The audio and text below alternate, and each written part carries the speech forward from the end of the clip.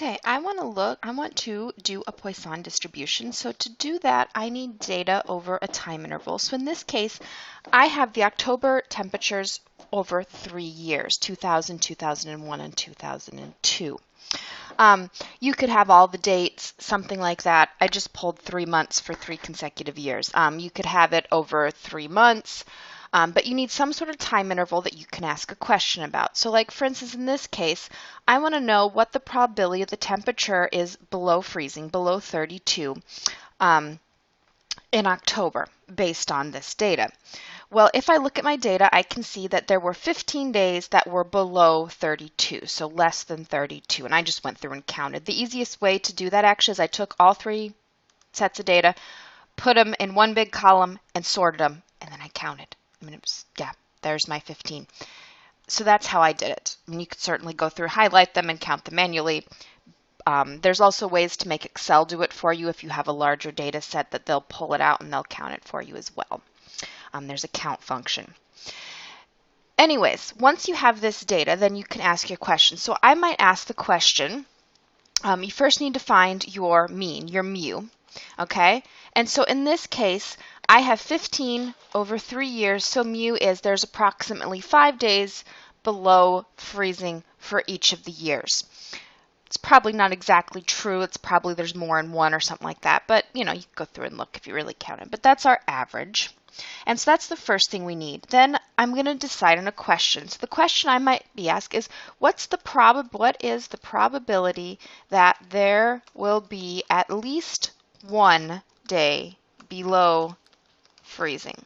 Okay, so the probability of at least 1, and the reason I did this one, and this is a key one, this is one of those you see a lot, at least 1 means anything but. So really we're going to do 1 minus the probability of 0. So in my case, I'm going to go up here to formulas, more functions, statistical, and I'm going to go down to Poisson. Right here in Poisson, I'm going to put in 0 here. My mean is 5. And then this, if you want the cumulative function, so up to. So for instance, I want the probability that there is 0, 1, 2, or 3. 0, 1, 2, 3. Yeah, I'd put in 3 and it would give me those. It would add them up. If I just wanted 3, I'd put in false. So in this case, it doesn't matter because 0 is going to be 0 no matter what. But in general, I use the cumulative function, so I put in true. But if you see here, that's 0.006. If I put in false here, I would get the same answer. But if this was 1, false would give me that, and true would give me that, a bigger number, because it's going to be cumulative. Anyways, going back to 0. So then I need to take this answer minus 1. So G of 12.